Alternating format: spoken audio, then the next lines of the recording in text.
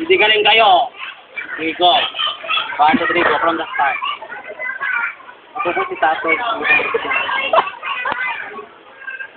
Sa nagabayang makro.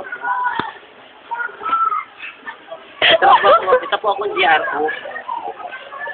Ay, nag-umpita po ako sa pagiging waitress, janitress. Hanggang sa naging GR ko. Nung pinasok po ako sa club na bilang GR ko, hindi po nagtagal ang karir. Kasi daw po, maganda daw po ako pero matawag sa kalaban. Hindi ko po matanggap sinabi nila. Kasi po sa ganda po ito tinawag ko sa kalaban.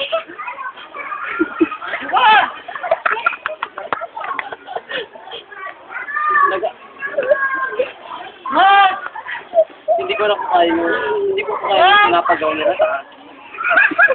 Ititable daw po ako nakatiwari. Pagkatapos ko daw nakabili sa katiwari, magkatawin daw po ako. Sabi ka noon. Sarang ka doon.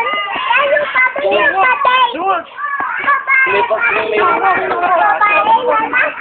May customer ko, sa gobyerno, sa mayor, sa presidente. Sana ko ipasa niyo po. Bilang DGR po.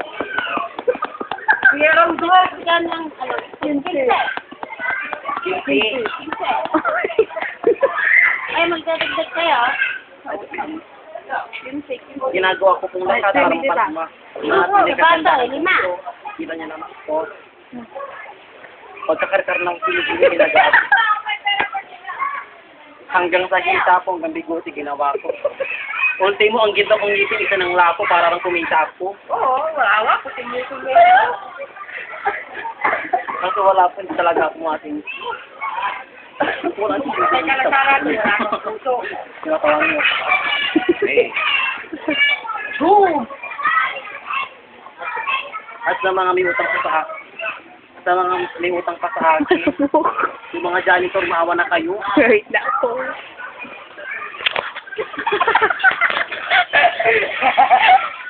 The end na. Tak na. The end na daw.